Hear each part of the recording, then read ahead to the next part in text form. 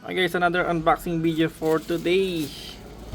Ito, wala siyang bubble wrap, naka plastic lang, meron siyang label. Check na natin kung ano yung laman. Plastic na naman. Okay, wala siyang bubble wrap, no. Okay, check natin.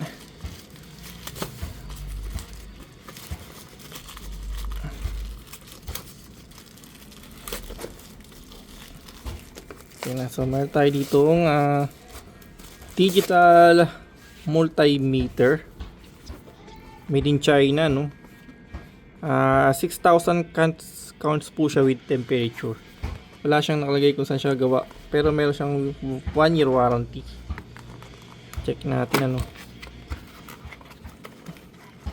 Okay, so meron siyang battery kasama at yung kanyang test probe. Yan, negative and positive po yan.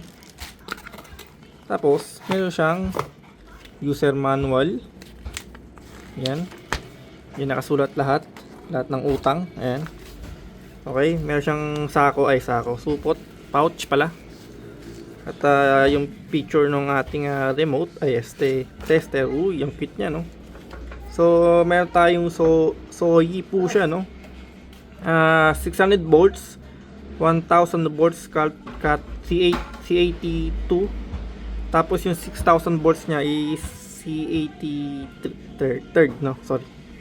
Okay, so ayan po siya, true RMS daw, serial made in China.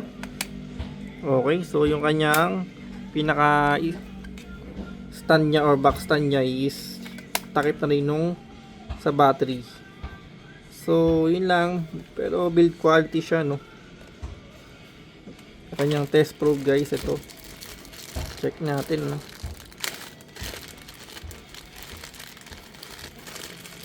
Ayan. Okay, so maganda pa yung kanyang test probe guys, no. May takip no. Ayun. Takip pa, no. Yun. Tapos ito, yun, no. Ayan guys, no. Para siyang ballpen, no. Matulis, okay. All goods. Maganda rin yung ano, no. Ba't naiikot siya? Travel talaga to, no. Naiikot talaga siya, no. Okay. So, ayun. Ngayon guys, tetest natin lagay siya ng battery, no. Kuha tayo ng pamit. Pero ito po yung ating unboxing video.